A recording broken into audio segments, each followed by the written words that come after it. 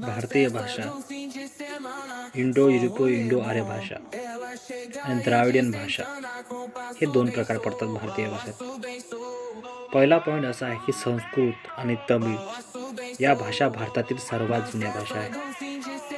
भारतीय राज्यघटनेचे कलम 343 नुसार हिंदी तसेच इंग्रजी ही भाषा व्यवहारासाठी संघराज्यात वापरली जाते. तसेच सध्या भारतातील घटनेनुसार देशात बोलल्या जाणाऱ्या 22 प्रादेशिक भाषा आहेत, राज्यभाषा आहेत. जसे आसामी, बंगाली, बोडो, डोंगरी, गुजराती, हिंदी, काश्मीरी, कोकणी, मैथिली, मल्याळम, मणिपुरी, मराठी, नेपाळी, ओरिया, पंजाबी, संस्कृत आणि सिंधी, संताली, तमिळ, तेलुगू, उर्दू इत्यादी भाषा राज्यभाषा मानण्यात आलेल्या आहेत. आणि तसेच प्रत्येक भाषेला तिचा स्वतःचा दर्जा दिलेला इतिहास आहे.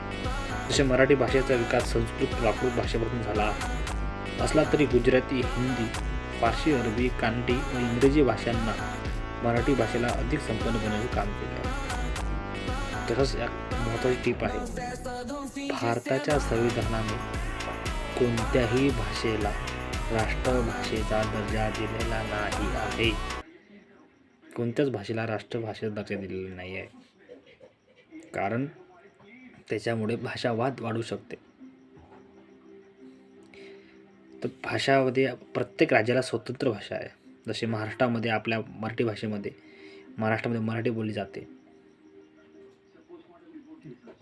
तसेच मध्य प्रदेशमध्ये हिंदी, खूप जागी हिंदी बोलली जाते, हिंदी भाषा.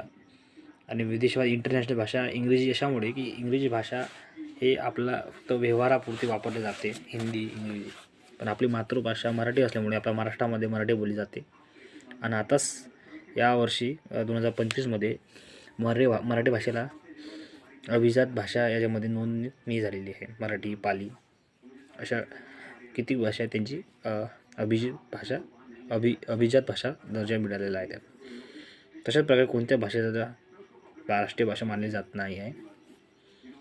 जसे तमिळनाडूमधली तमिळ, तेलंगणामधली तेलुगू अशा प्रकारच्या भाषा आपापल्या राज्यात बोलल्या जाते स्वतंत्रपणे. तसेच देवनागरीमध्ये मराठी, हिंदी, संस्कृत, पाली, गुजराती आणि बंगाली येते.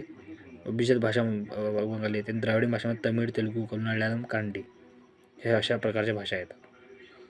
तमिळ, संस्कृत आणि तेलुगू, मल्याळम, उडिया, पाली, मराठी अशा प्राचीन भाषा आहेत.